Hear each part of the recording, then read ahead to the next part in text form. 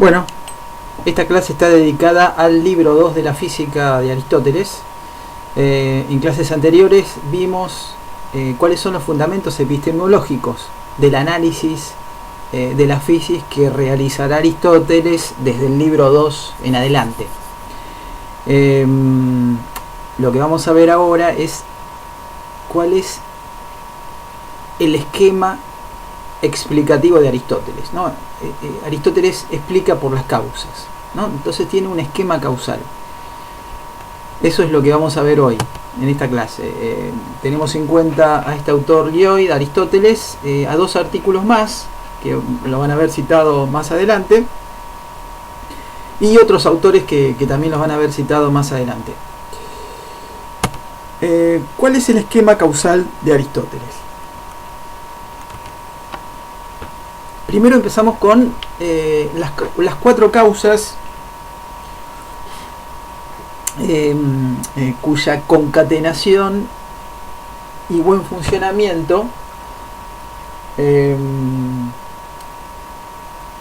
forman un área, forman una explicación de determinado tipo.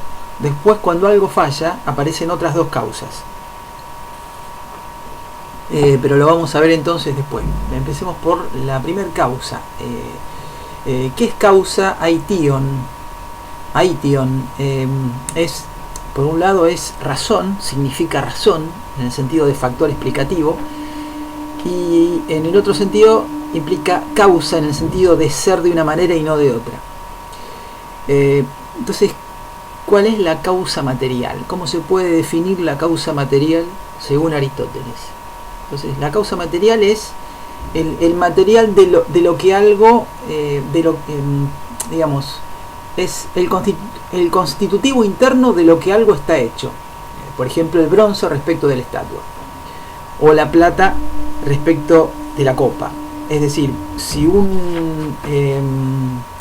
por ejemplo, si un artista se dispone a hacer una estatua, ahí operan cuatro causas. Una de esas causas es la causa material, la materia desde la cual el artista va a crear la estatua, o sería la madera desde la cual el carpintero va a crear la mesa. Pero de todas formas, la materia desde la que se parte, en realidad, digamos, el bronce desde el cual el artista construye la estatua, desde la cual el artista crea la estatua, o la madera desde la cual el carpintero confecciona la mesa, no es hablando estrictamente una materia, ¿no? La materia es un concepto analítico, es un concepto que, dada la concepción hilemorfista de los entes, o sea, los entes, las cosas del mundo, están compuestas simultáneamente por materia y forma, ¿no? Cada ente es un constitutivo de materia y forma. Por lo tanto, según este esquema hilemorfista, la materia no existe por separado. O sea, no hay ningún ente que sea pura materia, que esté en un estado amorfo, de no forma. Todo ente tiene un compuesto de materia y forma, es decir, el mismo bronce o la misma materia, el mismo bronce o la misma madera, ya sería en un sentido un compuesto hilemorfista, tendría materia y forma, tendría forma de madera o tendría forma de bronce. O sea, en ese sentido es un concepto analítico el de causa material. De todas formas, a los efectos prácticos, el artista parte del bronce y el carpintero parte de la madera. Es decir, transforman, le dan otra forma al bronce y le dan otra forma a la madera. Entonces, en ese sentido, la madera, en el caso de la mesa que confecciona el carpintero, o el bronce, en el caso de la estatua que crea el artista, son una causa material, en ese sentido. aunque analíticamente la materia en sí misma, separada de la forma, no existe. Causa formal, ¿no? Es la forma o el modelo, esto es la definición de la esencia y sus géneros. El autor, digamos, el comentarista en nota a pie de página de la edición de la física que ustedes tienen, este especialista que es Guillermo de Chandía, plantea y da su definición de forma, ¿no? Es la configuración entitativa de algo. Configuración entitativa, arquetipo, ¿no? Estos son de alguna manera sinónimos de forma. Configuración entitativa, arquetipo. Eidos, forma, vendría a ser, para Aristóteles, se vendría a ser como la sustancia primera, la usía, sustancia. Tomemos como sinónimo eidos y usía, forma y sustancia, sustancia primera. Entonces, el carpintero toma como materia a la madera y va a construir una mesa. Entonces, el carpintero tiene un eidos de mesa, ¿no? El carpintero tiene en la cabeza, en su psique, un eidos de mesa. Tiene una forma que quiere concretar en la madera. La forma que quiere concretar en la madera es la causa formal, ¿no? Hay una idea de mesa que el carpintero tiene en mente al construir la mesa. Mesas como compuesto ilemorfista de materia y forma hay muchas, pero la forma de mesa, el carpintero la tiene en mente, la tiene en mente. Entonces, el artista que va a construir una estatua tiene en mente la forma de esa estatua, tiene la idea de qué es lo que va a representar, o si fuera un artista que tiene que ver con el arte abstracto, qué es lo que va a inventar. Entonces, es la forma que el artista o el carpintero, el que van a darle forma a la materia, tienen en mente. Esa sería la causa formal. La causa eficiente o motriz sería lo que nosotros actualmente entendemos por causa, ¿no? Mauricio Biaujot, en el libro citado en clases anteriores, Ensayos marginales sobre Aristóteles, plantea qué es lo que se entiende como causa en el sentido moderno del término, ¿no? Es el principio, según la definición de Aristóteles, es el principio primero de donde proviene el cambio o el reposo.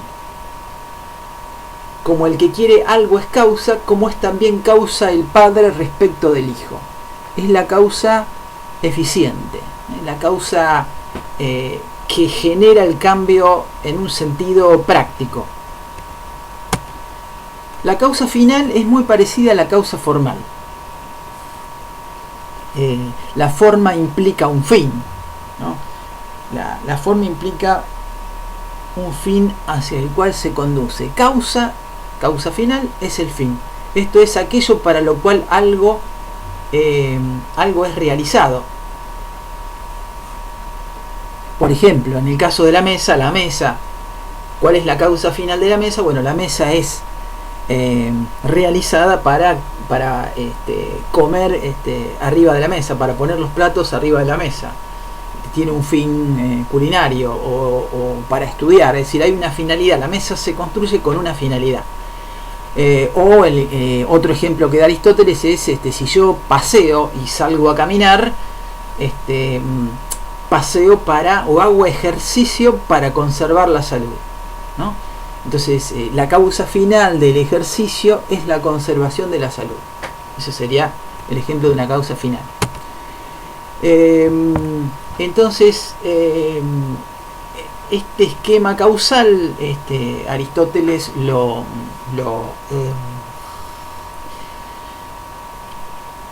desarrolla en física, y también lo desarrolla en obras biológicas. Vamos ahora a esta cuestión. Vamos a leer una cita de una obra de Aristóteles que se llama Reproducción de los animales, ¿no? Este es un fragmento de esta obra de Aristóteles, Reproducción de los animales.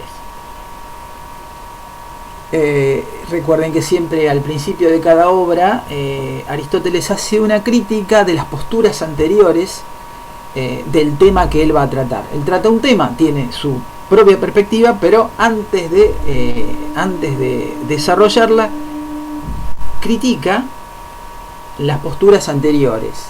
Puede que las desestime o puede que tome algunos elementos de las posturas anteriores, ¿no? Puede que haga una cosa o la otra, pero siempre parte de las posturas anteriores. Entonces Aristóteles dice o escribe: no por el hecho de que cada ser se desarrolle de una cierta manera, estamos hablando acá de la generación de seres vivos, no por el hecho de que cada ser se desarrolle de una cierta manera, por eso es de esa manera, sino más bien todas las obras de la naturaleza que son regulares y definidas se desarrollan de una manera concreta porque son así. Es decir, la génesis depende de la existencia y no es esta la que está en función de la génesis, ¿no?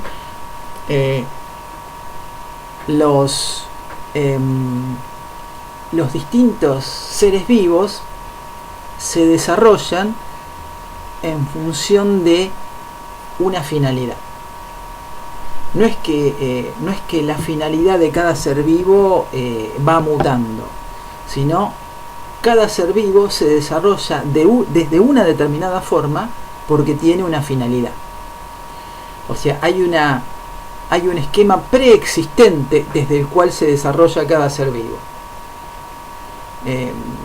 Esto fue criticado o fue motejado como fijismo aristotélico a partir del siglo XVIII. Es decir, cuando surgen las teorías evolucionistas, de las cuales la de Darwin es la más conocida y la que finalmente tuvo hegemonía y primó, y actualmente hay una versión o varias versiones, hay varias versiones de la teoría evolucionista cuya matriz es darwiniana, es decir, cuya matriz es la de Charles Darwin, El origen de las especies, 1859.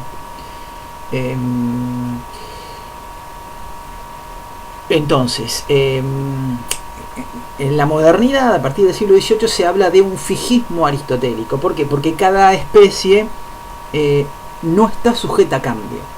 Lo que va a plantear Darwin es que las especies se transforman, van cambiando, ¿no? Entre los saurios actuales y los antiguos hay una cuestión de tamaño, ¿no? Un cambio de tamaño, un cambio de estructura. Es decir, las especies se transforman y dan origen a otras especies, ¿no?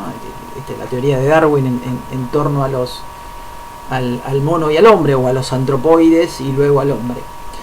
Entonces, esto no ocurre en el caso de Aristóteles. Para Aristóteles hay una escala natural en la cual en cada peldaño hay una especie diferente.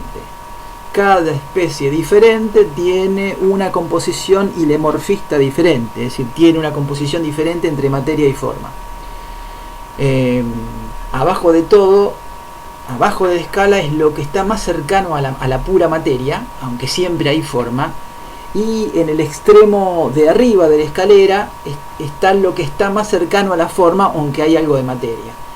En el extremo de la escalera, hacia arriba, está el mundo supralunar, el mundo más cercano a la perfección, el mundo más cercano a lo inmóvil, el movimiento circular de las estrellas, el movimiento circular de los planetas, es lo más cercano a la inmovilidad, que es el estado de la perfección, ¿no? El movimiento circular es lo más cercano a la inmovilidad, y la inmovilidad es el estado de la perfección, el estado de no cambio. En el mundo sublunar, lo que está de la luna hacia abajo, es el mundo de la vida y de la muerte, el mundo de un ciclo reproductivo, donde los seres nacen y luego mueren y se degradan. Bien, entonces, en esa escala natural las especies siempre se reproducen de la misma manera. Entonces hay una forma preexistente, hay una causa final preexistente, hay una forma preexistente. Esa forma preexistente no está en el cielo platónico. Esa forma preexistente se actualiza en cada ser vivo. Esa forma preexistente está en potencia en el embrión y se actualiza cuando el embrión crece y nace ese ser vivo. Y luego se desarrolla, alcanza la madurez, la vejez y la muerte. Es decir, la forma se actualiza en cada ente, en cada ser vivo en este caso. Y la forma no varía. Si la forma no varía, la especie no varía. Si la especie no varía, no hay un evolucionismo transformista en el sentido darwiniano del término. Las especies no evolucionan, siempre quedan en el mismo lugar. Eso sería el fijismo aristotélico. Los antiguos filósofos de la naturaleza, valga el comentario, por ejemplo, algunos filósofos físicos como Epicuro, que era un filósofo atomista, realmente pensaba que había una evolución de la materia, ¿no? Hay un pensador romano, Lucrecio, que también retomó esta cuestión de Epicuro. Entonces, algunos eran evolucionistas.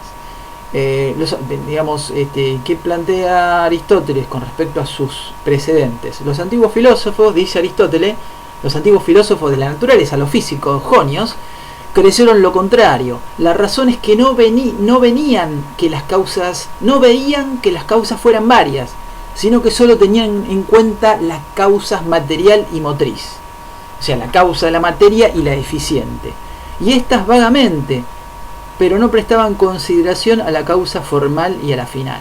Es decir, los filósofos, este es el esquema típico del libro 1 de la física. Es decir, Aristóteles critica desde su paradigma, desde su esquema causal. Desde ese esquema causal, dice, los antiguos filósofos no tenían en cuenta la causa formal y final.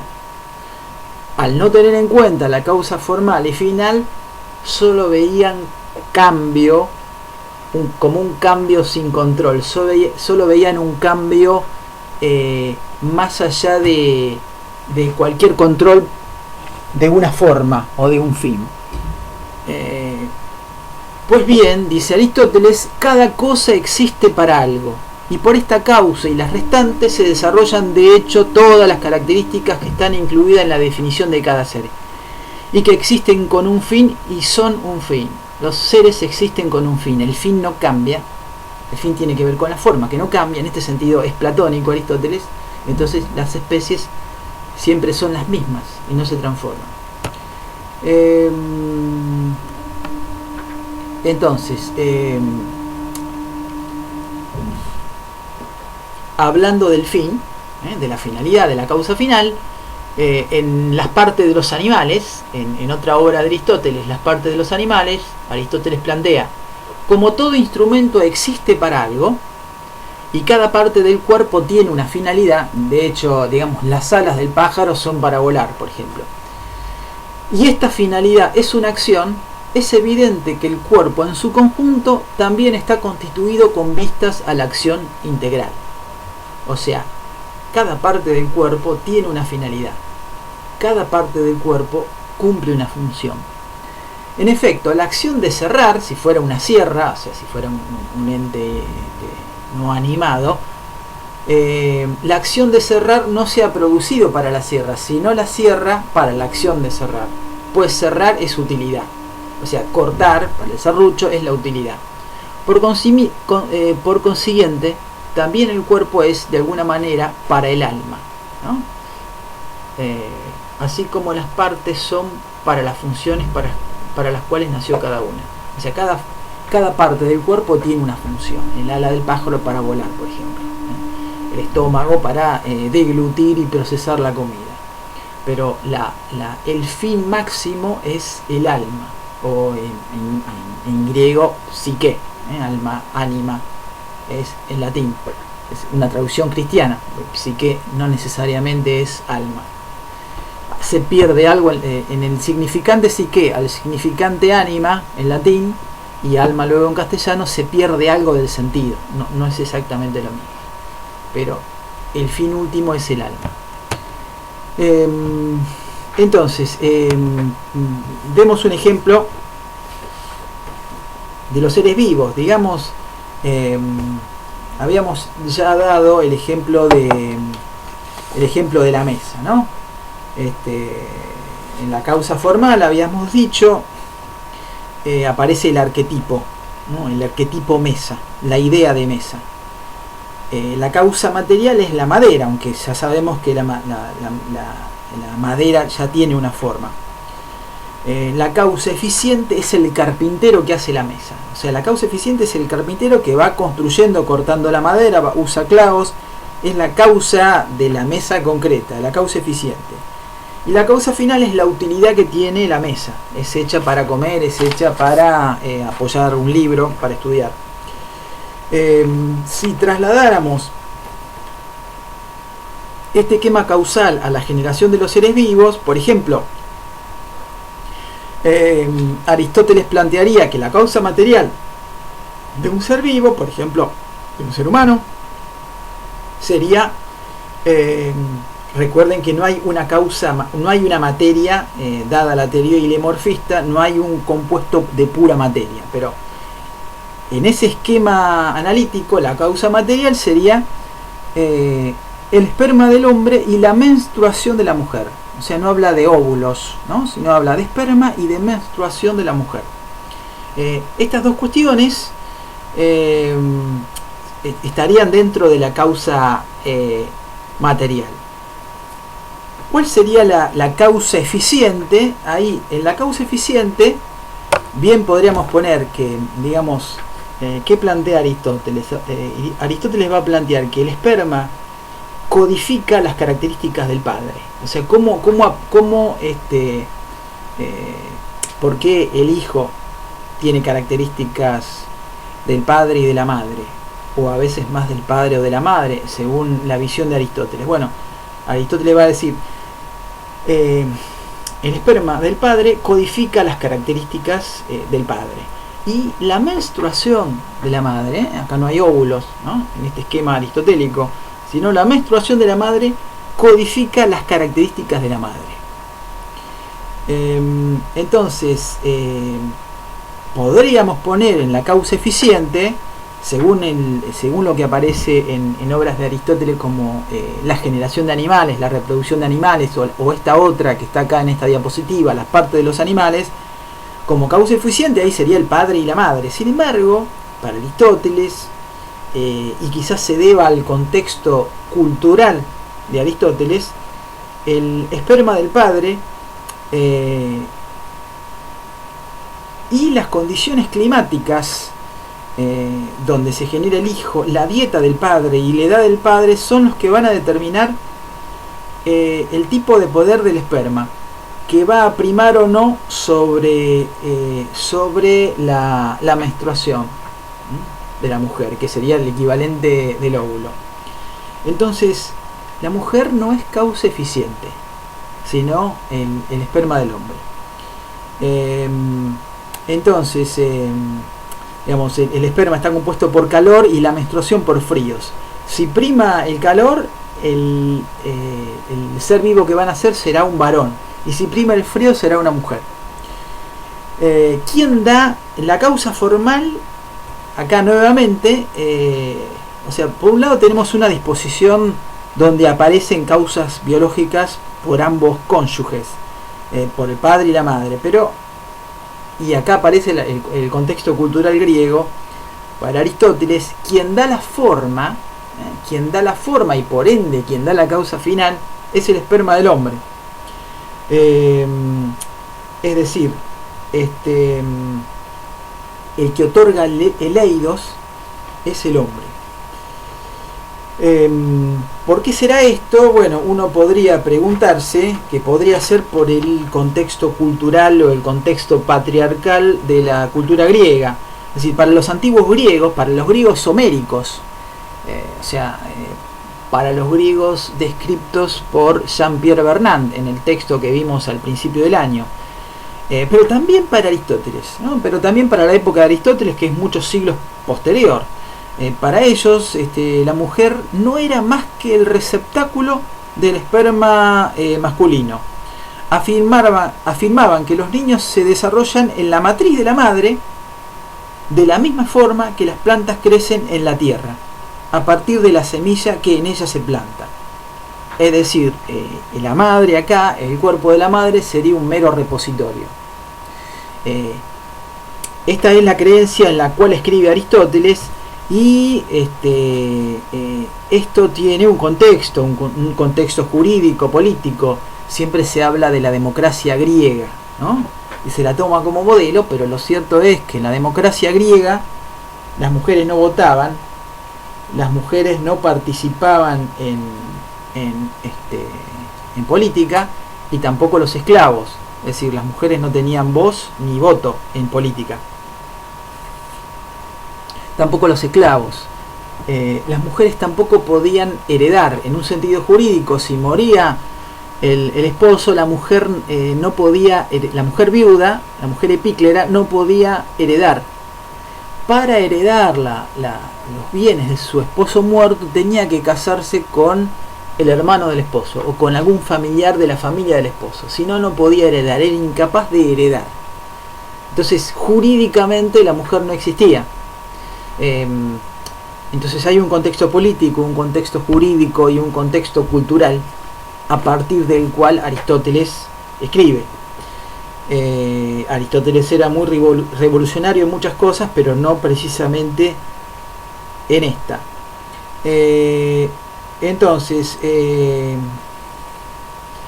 esta cuestión de la mujer como matriz, como receptáculo del hombre, es desarrollado por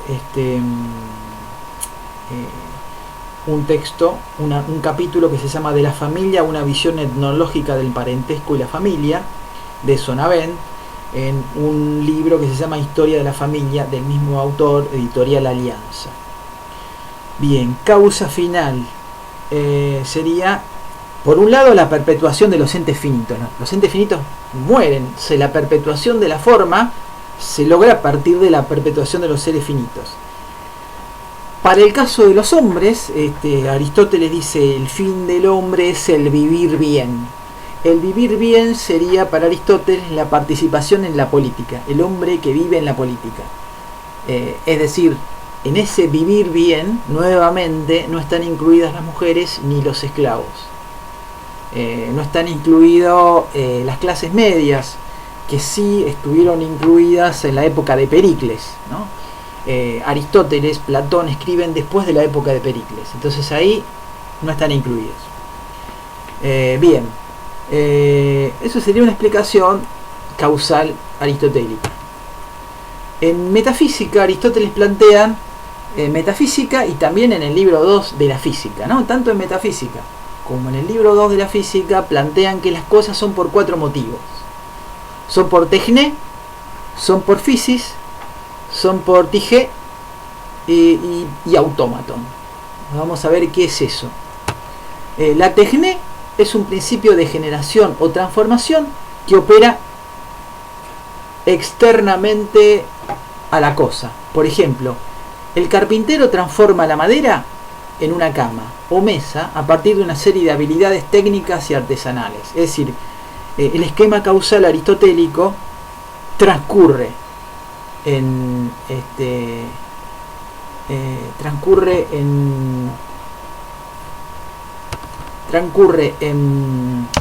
la physis, o transcurre en la tecné. Si transcurre en la tecné, transcurre en las cosas que transforma el hombre, en las cosas que cambia el hombre. Es decir, el desarrollo, la generación de una mesa no es igual a la generación de un ser vivo. En la generación de un ser vivo actúan una serie de causas internas, una serie de causas inmanentes, inmanere, que están en la materia a transformar. En el ámbito de la tecné es el ámbito de lo que podríamos denominar artificial. Es decir, el carpintero es el que transforma la mesa. Entonces hay una causa externa, la causa eficiente es el carpintero. Entonces el esquema causal funciona diferente si lo que se genera es un objeto inanimado como la mesa, o si lo que genera es una planta o un animal o el hombre. Entonces en el ámbito de la técnica, el principio de generación o transformación opera externamente a la cosa. En la física es un principio de generación que es inmanente, es decir, está en la cosa misma, dado que un hombre engendra a un hombre, ¿no? Digamos, un ser vivo es engendrado por otro ser vivo. Pero el principio de generación es inmanente, no es externo como el carpintero que hace la mesa, con una materia que es externa a él. Cuando funcionan mal las cosas, entonces hay otra explicación. Si el carpintero tiene si el carpintero comete un error al hacer la mesa, aparece la tijé. Tijé es una privación de tejné, ¿no? De alguna manera, para hacer una traducción salvaje, tijé es una privación de la técnica, una mala técnica, una mala construcción de una mesa, por ejemplo. Y cuando la naturaleza falla, cuando hay un error en la generación de un ser vivo, dice Aristóteles, a eso se le llama autómaton. Lo que ambas tienen en común es su excepcionalidad, es decir, al ser efectos por accidente de serie causales distintas. Recuerdan que el ámbito de la física es de lo que ocurre la mayoría de las veces, ¿no? Si el ámbito de la física es el ámbito en el que las cosas ocurren con cierta regularidad, pero la mayoría de las veces, eso significa que no son todas las veces. Si no son todas las veces, hay un elemento que tiene que ver con el azar. Las 4 causas, material, formal, eficiente o final, o más bien los 4 factores que intervienen en una explicación causal aristotélica, se refieren a una regularidad natural, que incluye la tejné practicado por el hombre, en este caso el carpintero o el artista, y a la physis.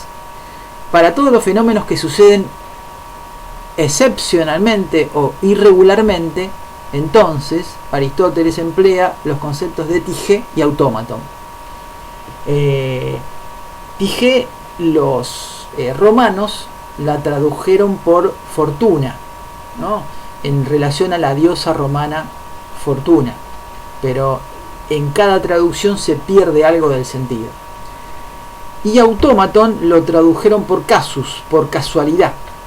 En ambos casos, la voluntad de una diosa o la cuestión de la casualidad siempre alude a una dimensión aleatoria, a una dimensión del azar. Entonces, lo que es causado por tijé o por fortuna no puede ser captado por el pensamiento, por el nous. Es de ocurrencia irregular, excepcional, y determina el acontecimiento en forma accidental. Aristóteles da el ejemplo, acá hay una cuestión bastante interesante que pervive luego de Aristóteles.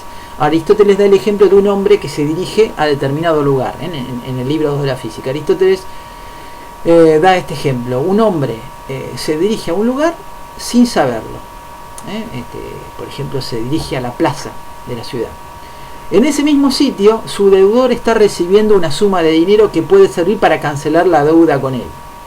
El acreedor ha recuperado su dinero por accidente. O sea, este acreedor se dirigió justo por otra razón, se fue a la plaza a tomar fresco o a comprar algo. La plaza era el mercado, ¿no? La plaza era el lugar donde había, donde, entre otras cosas, donde estaba el mercado, donde la gente hacía sus transacciones comerciales. Esto no solo en Grecia, sino en la Edad Media. El acreedor se fue a la plaza por otras razones y justo estaba la persona que le debía dinero. Entonces, por azar, por accidente, por un suceso afortunado, pudo recuperar ese dinero. En este ejemplo, la fortuna o TG sería el encuentro accidental de dos series causales diferentes. Acá se encuentran dos series causales diferentes. La primera serie, el deudor B del acreedor A recibe dinero de X en determinado lugar acordado de antemano, digamos la plaza de Atenas. En la segunda serie, el acreedor camina hacia ese lugar con otro propósito, por ejemplo encontrarse con otra persona, pero se encuentra con el deudor y le exige el dinero adeudado, y el deudor está obligado a pagar.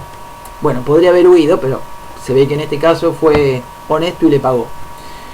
En las dos series se maneja la regularidad de las causas: material, eficiente, formal, final. O sea, hay una serie que es la del deudor y otra serie que es la del acreedor. Cuando confluyen las dos series causales, esas dos series causales confluyen por fortuna. Es decir, hay una coincidencia fortuita de las dos series causales, la del deudor y la del acreedor. La pregunta a realizarse es si esta convergencia es por una intersección divina, o sea, porque un Dios se apiadó porque el acreedor necesitaba el dinero para una cuestión muy urgente, y entonces un Dios se apiadó y hizo converger a deudor y acreedor en la plaza, o si eso en realidad iba a ocurrir. Lo que pasa que tanto el deudor como el acreedor, o como un observador externo, como podría ser Aristóteles, no conocían al dedillo, no conocían al detalle el desarrollo causal de uno y del otro. Es decir, si hubieran conocido el desarrollo causal de uno y de otro, podrían haber predicho que deudor y acreedor iban a encontrarse. Es decir, conociendo todos los datos de uno y otro, se podría haber anticipado, un científico, Aristóteles, podría haber anticipado podría haber anticipado el encuentro de ambos. En ese caso no habría azar, en ese caso no habría intersección divina, en ese caso habría una confluencia de dos series causales y la ignorancia de los datos que podrían haber predicho el encuentro entre el deudor y el acreedor. Si nos desplazamos del concepto de TG al concepto de azar, un físico newtoniano, un físico del siglo XVII, ¿no? Newton, los Principia Mathematica de Newton son del siglo XVII. Entonces, y es la física que se desarrolla y es hegemónica hasta el siglo XX, hasta Einstein. Es la física que es hegemónica hasta la teoría de la relatividad. Después, no es que esa física es reemplazada, sino que física newtoniana y teoría de la relatividad y física cuántica se complementan. Pero un físico newtoniano diría que el azar solo es una convergencia inesperada por la falta del conocimiento de las conexiones causales. Es decir, no hay azar, hay ignorancia del científico, hay ignorancia del que está realizando la predicción. Entonces, si un físico newtoniano conociese todos los datos causales, todos los elementos causales del deudor y del acreedor, iba a poder predecir el encuentro de ambos. Quien no lo hiciese no podría aducir azar o casualidad, sino ignorancia de esas condiciones. La ciencia, si conoce, puede predecir. O sea, si conociésemos los datos relativos al origen de ambos procesos de causación y su ocurrencia simultánea, podríamos predecir la mala suerte del deudor y la buena suerte del acreedor. O sea, si uno conoce los condicionantes, no hay mala ni buena suerte. O sea, desde esta perspectiva, el azar no es causa, es desconocimiento. Mucho tiempo después, en el siglo XX, el premio Nobel de Química Ilya Prigozhin plantearía que el azar se constituye como un punto de bifurcación de un proceso en el que hay varias posibilidades potenciales y el camino tomado por dicho proceso es aleatorio o impredecible. Es decir, Ilya Prigozhin es el que de alguna manera acuñó la frase que dice que el aleteo de una mariposa en Brasil puede producir un huracán en la India. Es decir, pequeñas modificaciones azarosas, pequeñas modificaciones aleatorias como el aleteo de una mariposa pueden generar cambios muy grandes, como el aleteo de una mariposa, como un huracán.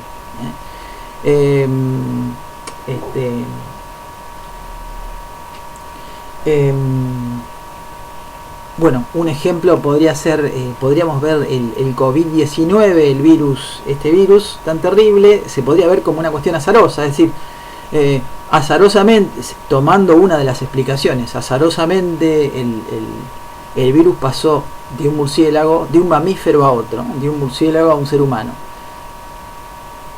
Ese pasaje fue por azar y el primer contagio y los sucesivos contagios fueron en parte por azar.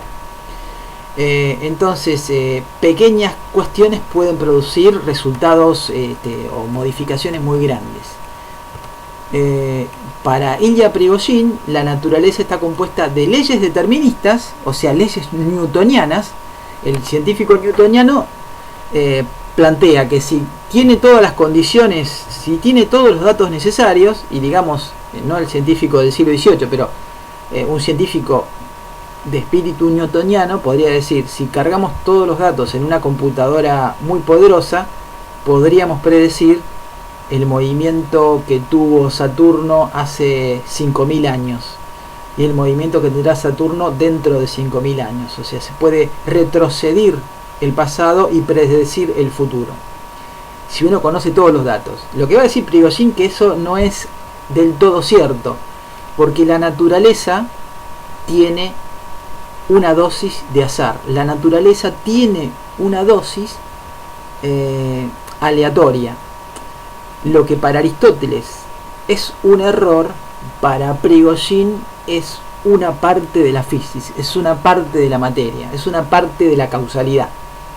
En algún punto hay leyes deterministas, pero en algún punto las cosas pueden desarrollarse de una manera o de otra. Hay un punto de bifurcación donde puede desarrollarse de una manera o puede desarrollarse de otra. Este esquema de Ilya Prigozhin, por ejemplo, es el esquema a partir del cual se hace la película El efecto mariposa. Pequeñas variaciones producen grandes cambios. Esas variaciones son aleatorias, forman parte del azar, pero el azar está estructurado con leyes deterministas. Dice Aristóteles que hay causas accidentales, ¿no? Autómaton. Autómaton, dice Aristóteles, es aquello que es en vano, que no es con una finalidad, dado que no logra efectivizarse la causa final. De esta manera, es, digamos, la causa en el esquema de las cuatro causas. Si no se cumple la finalidad, entonces entramos en el terreno del autómaton. Al no cumplir con la causa final, altera el universo finalista aristotélico. En el libro 2 de la física, Aristóteles da el ejemplo del nacimiento de un ternero con rostro humano. Es decir, da el ejemplo del monstruo. El ternero tiene que cumplir con una causa final, con una forma. O sea, la forma del ternero no aparece en la materia.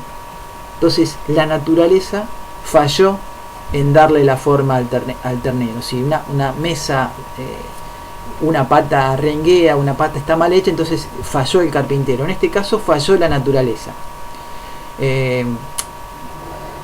No se cumplió la causa final, que era, digamos, completar la forma del ternero. Su existencia es en vano, porque no se cumple, ese ser está sin cumplir la finalidad para el cual se lo construyó, porque falló la forma. Su existencia es en vano al ser un error, entre comillas, de la naturaleza, y esto sucede por azar, autómaton. En el conjunto de la obra aristotélica se ve atravesado por un sistema conceptual, que es perfectamente visible Manfred Riedel va a decir que este sistema conceptual es perfectamente visible en todos los ámbitos en los que escribe Aristóteles, que es el político, metafísico, físico, biológico. En términos metafísicos, Aristóteles realiza una distinción entre lo que puede existir por sí mismo y lo que depende de otra cosa para existir. Para realizar dicha distinción descarta una lógica de tipo cronológico. Repasamos un poco lo que acabamos de ver. Si tomase yo una lógica cronológica, una semilla, un embrión, la familia o la aldea serían entidades independientes y primeras.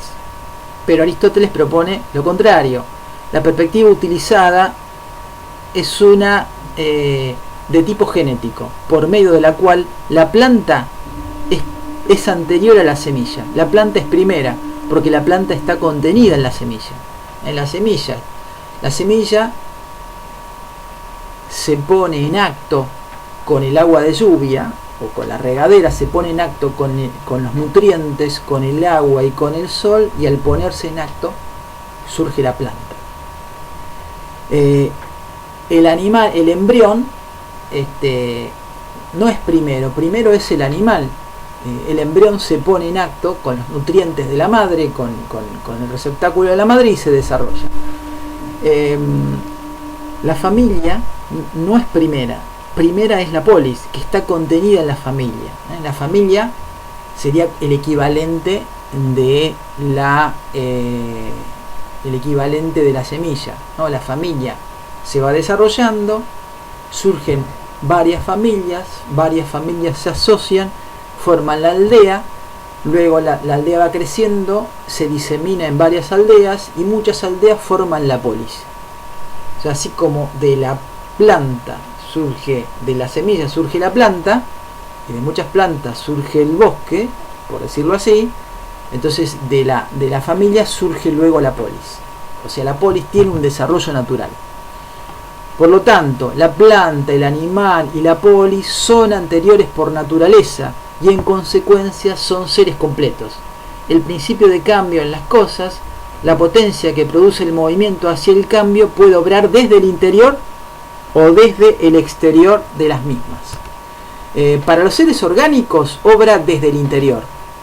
La potencia de cambio, cuando obra, lo hace desde la misma cosa. Por ejemplo, la semilla tiene la potencia de ser planta. Con ciertas condiciones como la tierra, el sol y el agua, desarrolla su potencialidad de planta, dejando de ser semilla. Un embrión de Can tiene la potencialidad de transformarse en Can. Dadas ciertas condiciones como el periodo de gestación y los nutrientes que recibe a través de la madre, el embrión canino desarrolla la potencialidad de cambio transformándose en Can. La potencialidad intrínseca de transformación para este tipo de seres, si bien es propia, al mismo tiempo es limitada. Es decir, una semilla de tomate no puede transformarse en una vid, o un can no puede transformarse en un ser humano. Hay un desarrollo preformado que tiene que ver con la causa final, que tiene que ver, como decíamos antes, por la causa formal. Los seres inorgánicos solo pueden transformarse por una potencialidad de cambio exterior a dichos objetos. Como habíamos visto, el bronce es transformado solo por el artista, la madera es transformado por el carpintero. El principio de cambio es extrínseco a dichas cosas y artificial al ser producido por el artista artesano y su tecné. Entonces, en el libro de la física se establece que cuando la causa formal no se impone, se produce un error. Se producen también errores en las cosas hechas, no solo el carpintero o el artista que construye mal la mesa o la estatua, sino el gramático que comete un error gramatical, o el médico que se equivoca en la dosis del fármaco y perjudica al paciente. Por lo tanto, es evidente que estos errores se pueden producir en las cosas naturales y en las cosas artificiales. Ambas son con vistas a un fin, y ese error se puede producir tanto en la fisis como en la tecné. Puede haber un error que tiene que ver con el latige en un caso y con el automatón en el caso de la fisis. El error y la monstruosidad son por accidente, cuando la forma no se impone sobre la materia. Entonces, un ejercicio intelectual interesante sería ver, por ejemplo, ver la serie o pensar en la serie de los X-Men. Ahí nos encontramos con dos posiciones enfrentadas sobre la conceptualización de una mutación genética. Desde el punto de vista de Aristóteles, los X-Men son monstruos, es decir, no se cumple la causa formal, no se cumple la causa final, y entonces no adquieren forma humana o pueden adquirir forma humana y cualquier otra forma. Entonces se quiebra esa relación potencia-acto causa-final. Pero la posición favorable a los X-Men es la que consideran a los X-Men como el último producto de la selección natural. Es decir, los X-Men son más inteligentes, más fuertes, más poderosos que los seres humanos comunes. ¿Por qué? Porque son un producto de la selección natural. Como las especies se transforman, es decir, en el lenguaje de Aristóteles, como la causa final y la causa formal y la causa eficiente y la causa material se transforman constantemente, hay seres más evolucionados, ¿no? Desde el punto de vista evolucionista, los X-Men serían un producto mejorado de los seres humanos. Ahí hay dos paradigmas diferentes, dos formas de ver esta cuestión.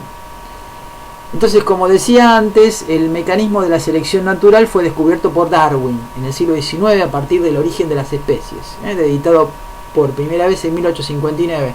Darwin rompe el fijismo aristotélico. Ahí las especies ya no se plantean, rompe el fijismo aristotélico y rompe la concepción bíblica, que las especies fueron creadas de una sola vez y para siempre. O sea, coincide la Biblia o cierta lectura de la Biblia y coincide Aristóteles en esto, independientemente. Esto se rompe con Darwin. Entonces, desde esta perspectiva, los X-Men serían el pináculo en la cadena alimenticia. Bien. Entonces,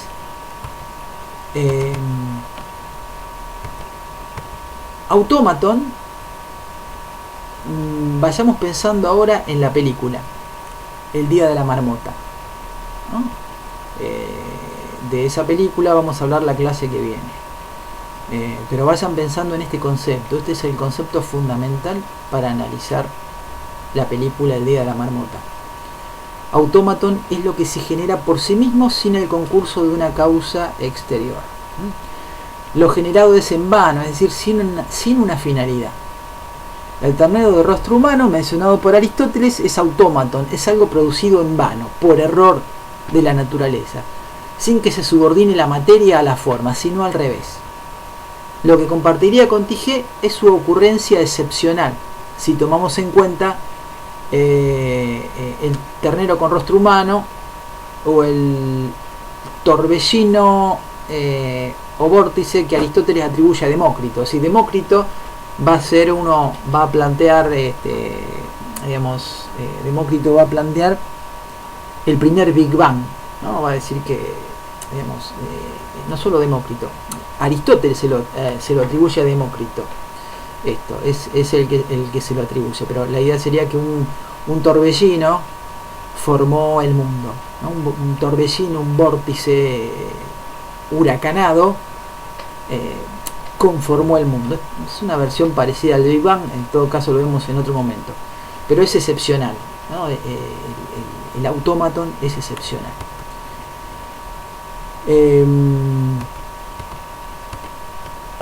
Bien, entonces vamos deteniéndonos en esta cuestión. Según el estagerita de Aristóteles, nació en la ciudad de Estagira, ¿no?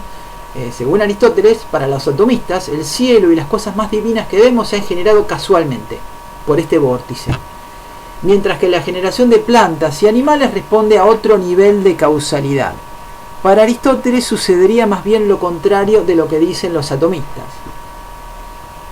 Las cosas que suceden siempre de modo necesario, o que suceden la mayoría de las veces, responden a un nivel causal diferente al nivel configurado por Tige y Automaton. Es decir, recuerden, empiecen a pensar en la película, donde un día se repite una y otra vez durante meses. Creo que el tiempo es difícil de determinar cuántas veces se repite, pero evidentemente ese día se repite muchos meses. Entonces, se repite sin una finalidad. Vayamos concentrándonos en esta cuestión. Se repite sin una finalidad, pero en algún momento ese día de la marmota deja de repetirse.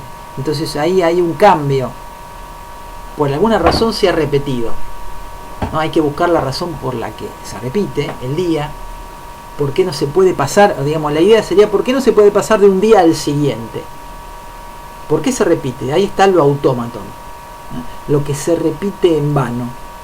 Lo que se repite, la conducta reiterativa, que se repite en vano, es autómaton. Esto lo vamos a ampliar en la clase siguiente. Entonces ahí falla la finalidad. Si lo veríamos desde Aristóteles, falla la finalidad. Pero un buen día, ese día de la marmota, es superado por el día siguiente. ¿Qué pasó ahí? ¿Qué cambio hubo ahí?